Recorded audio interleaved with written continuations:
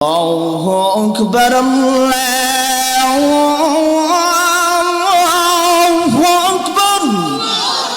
মসজিদের মুয়াজ্জিন সাহেব যখন আজান দিত, ওই বেঈমানেরা উঠটা পয়রা দৌড় মারত, দৌড়ে যায় সামনে একত্রিত হয়ে যাইত।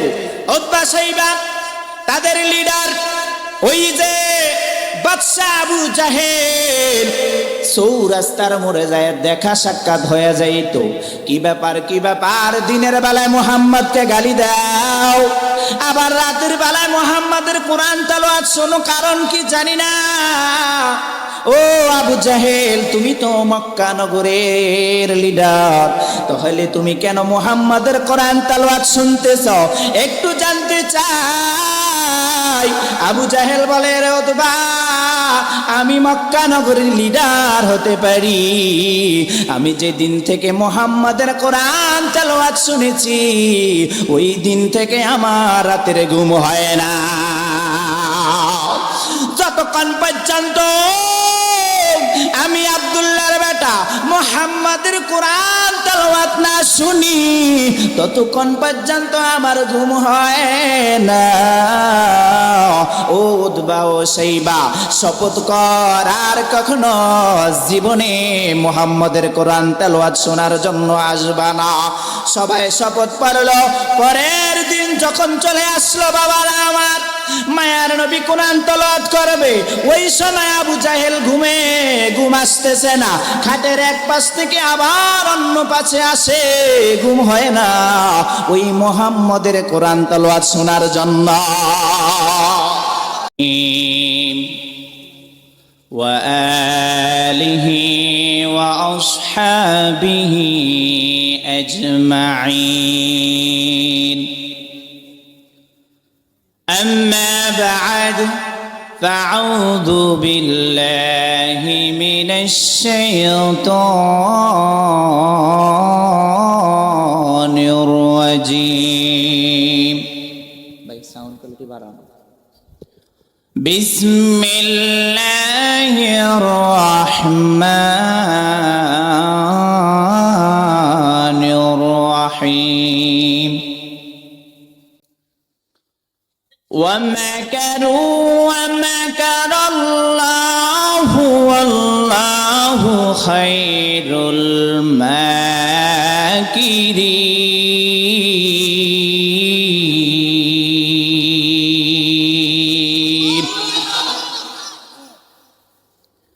صدق الله مولانا العظيم، صدق رسوله النبي الكريم.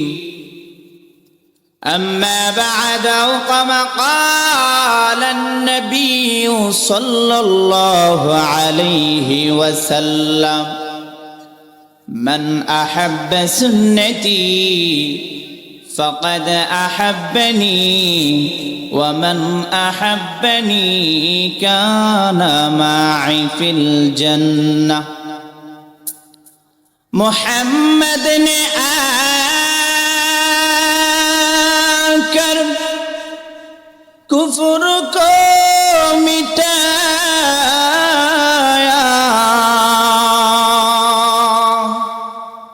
کفر کو مٹا کر صداقت بتایا، کفر کو مٹا کر صداقت بتایا।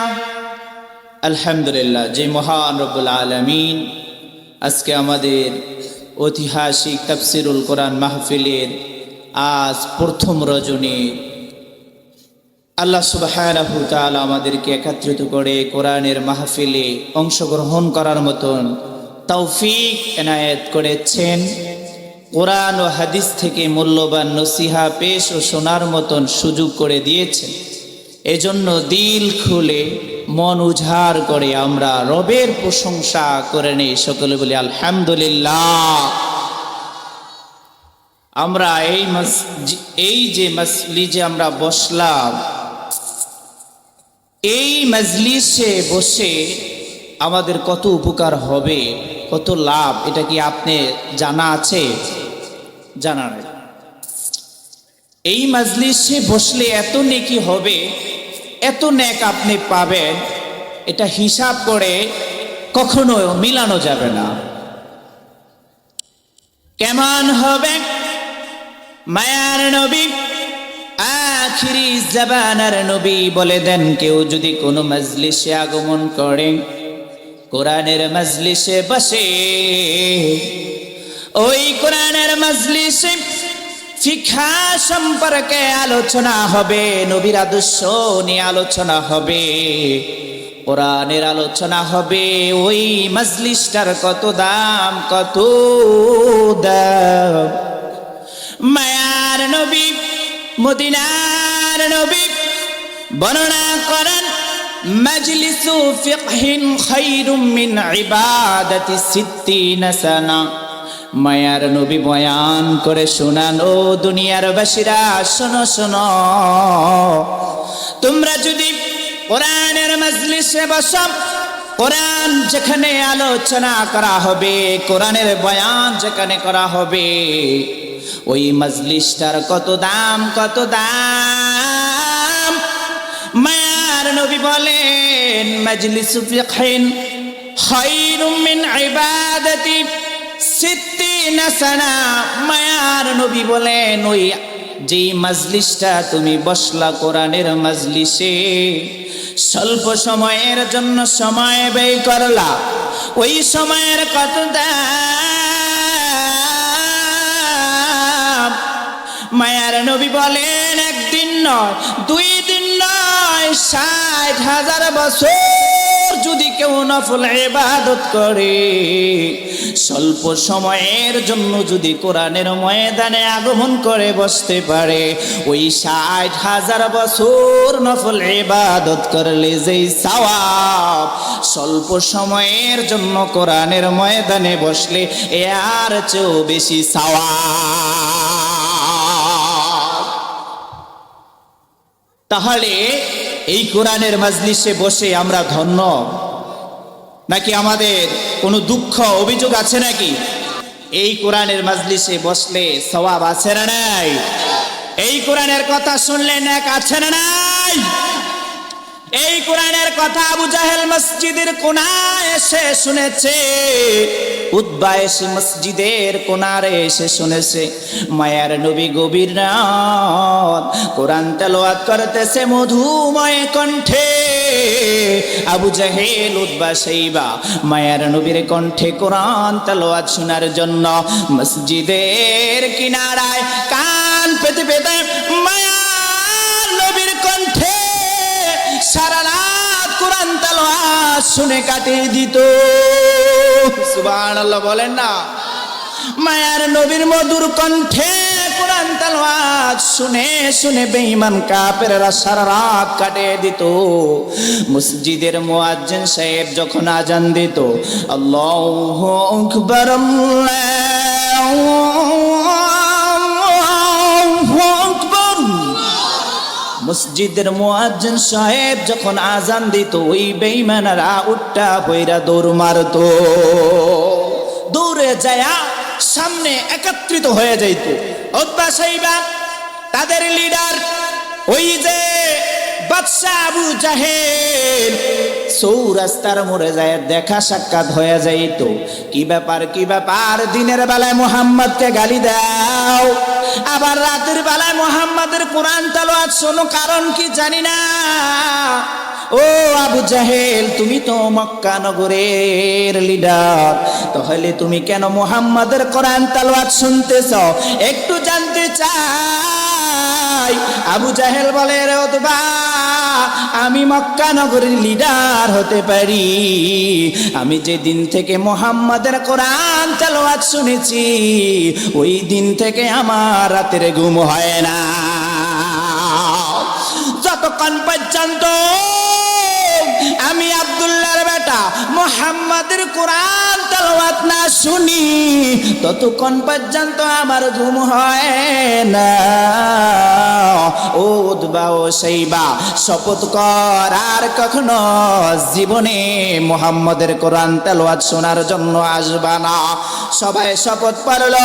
পরের দিন যখন চলে আসলো বাবারা আমার, মায়ার নবী কোরআন তেলাওয়াত করবে, ওই সময় আবু জাহেল ঘুম আসতেছে না। খাটের এক পাশ থেকে আবার অন্য পাশে আসে, ঘুম হয় না ওই মুহাম্মাদের কোরআন তেলাওয়াত শোনার জন্য। সুবহানাল্লাহ। আসতে বলবেন, বাসায় যেয়ে বললেন এত দূর থেকে জার্নি করে এসে আপনাদের এখানে কোরআনের আলোচনা করতেছি, এতে আপনারা খুশি না বেজা? একটু পানি দেন। এজন্য মুসলমান ভাইয়েরা আমার, আবু জাহেল ঘুম থেকে জাগরণ হয়ে মনে মনে ভাবলেন, গতকালকে আমি শপথ পড়েছিলাম না, ঠান্ডা পানি, আমি গতকালকে শপথ পড়েছি আজকে উতবা যাইবে না, শাইবা যাবে না, আজকে আমি আবু জাহেল মুহাম্মাদের কণ্ঠে মন ভরে কোরআন তেলাওয়াত শুনব। আজকে উতবা যাইবে না, শাইবা যাবে না, আমি আবু জাহেল মসজিদের কোনারে যায়া আব্দুল্লাহর বেটা মুহাম্মাদের কণ্ঠে মন ভরে কোরআন তেলাওয়াত শুনবো। সুবহানাল্লাহ বলে। একই কান্নারে বাবা। উতবা ওদিকে চিন্তা করলেন, আজকে তো আবু জাহেল যাবে না, শাইবাও যাবে না, আজকে আমি উতবা একা একা মুহাম্মাদের কণ্ঠে কোরআন তেলাওয়াত শুনবো। সুবহানাল্লাহ বলেন। তাহলে বেঈমানেরা মায়ার নবীর কণ্ঠে কোরআন তেলাওয়াত শোনার জন্য পাগল, কিন্তু মুহাম্মদকে তারা মানতে রাজি না। এই কথা বলেন ঠিক না? মায়ার নবী নিজের চাচাকে এত বেশি দাওয়াত দিয়েছে, মায়ার নবী বলেন আমার জীবদ্দশায় আমি আমার চাচাকে এত বেশি দাওয়াত দিয়েছি, আর কাউকে এত বেশি দাওয়াত দেই নাই। তারপরও আবু জাহেলের কপালে, উতবা শাইবার কপালে হেদায়েত জোটে নয়, কারণ এই হেদায়েতের চাবিকাঠির মালিক হলো আমার আল্লাহ। এই হেদায়েতের চাবিকাঠির মালিক কে? কথা বলেন কে?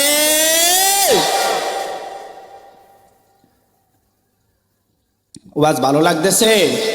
তাহলে মুরব্বিরা একটু সামনে আসেন। লা ইলাহা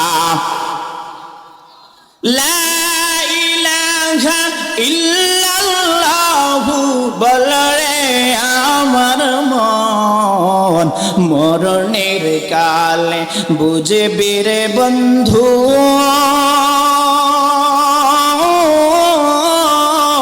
এই কালিমার কত যে গুণ। লা ইলাহা, আরো জোরে লা ইলাহা। মাশাআল্লাহ মাশাআল্লাহ। লা ইলাহা, আরো জোরে লা ইলাহা।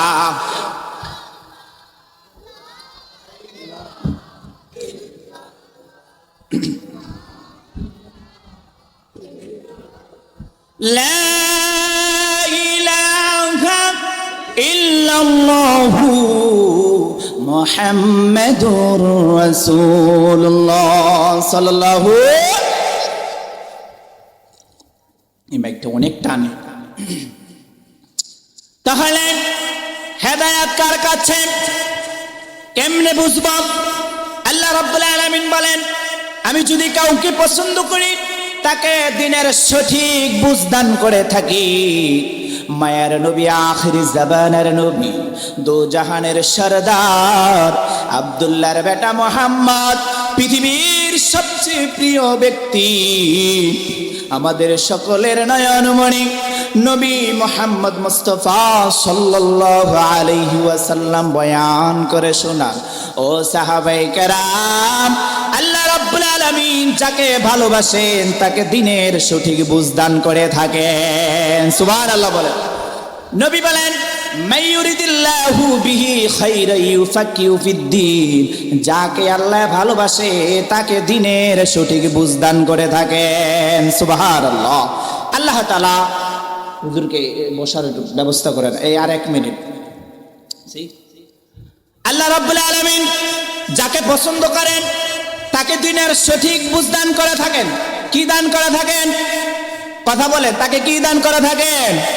এখানে কোরআনের কথা বলতেছি, আমি চলে যাব, এখনই চলে যাব। এই হাদিসটা বলে শেষ করে দিতেছি, 5টা মিনিট। হুজুর আমাদের পরিচিত, আমাদের চরপেশনের গর্ব, দেশের বিভিন্ন প্রান্তে আমাদের হুজুর মাওলানা সাইফুল ইসলাম সিদ্দিকী সাহেব বয়ান করে থাকেন। হুজুরের দোয়া ও নেক নজরে আল্লাহ রহমতে এখানে আলোচনা করতেছি, আমিও বিভিন্ন জায়গায় আলোচনা করি। সকলে বলেন আলহামদুলিল্লাহ। যেই কথাটুকু বলতে চাইলাম, আল্লাহ রাব্বুল আলামিন যাকে পছন্দ করেন তাকে দিনের সঠিক বুঝ দান করেন না করে? কথা বলেন। আল্লাহ রাব্বুল আলামিন বান্দার মঙ্গল চান সর্বহালতে, সর্ব অবস্থায়। কোন রকম উঠে পিছনের দিকে তাকায় না, সামনের দিকে যাইতেছে। এবার বলে আমি আর পিছনে যাব না যতক্ষণ পর্যন্ত আমার রবের কুদরতি পায়ে সেজদা মসজিদে নিয়া না, মসজিদে যায় না দিব, ততক্ষণ পর্যন্ত আমি বাসায় বেরে যাব না। কয়বার হয়েছে? 2বার হয়ে গেছে, এবার 3বার পড়বে। হঠাৎ করে একজন পাগড়িওয়ালা, একজন জুব্বাওয়ালা ব্যক্তি এসে মুরব্বিকে ধরে মসজিদে নিয়ে গিয়েছে। এবার মসজিদে যাওয়ার পর মসজিদে ঢুকবে, ঢুকার আগে বলে বাবা তোমার পরিচয় কি? তোমার পরিচয় কি? মান আনতা, তুমি কে? ও পাগড়িওয়ালা তুমি কে? বলো বলো। তুমি আমাকে ওই দূর থেকে হাতে ধরে মসজিদে পৌঁছে দিলা, কারণ কি? তোমার পরিচয় জানতে চাই। ওই পাগড়িওয়ালা বলে মুরব্বি আমি কোনো ভালো মানুষ নয়, আমি হলাম ইবলিস, শয়তান। নাউজুবিল্লাহ বলেন। বলে তোমার মাথা পাগড়ি, তোমার গায়ে জুব্বা, তাহলে তুমি কেন ইবলিস? বলে ও চাচা, ও বুড়া, আপনি যখন প্রথমবার পড়ে যান ওইটা আমি ধাক্কা দিয়ে ফালায়া দেই। নাউজুবিল্লাহ বলেন।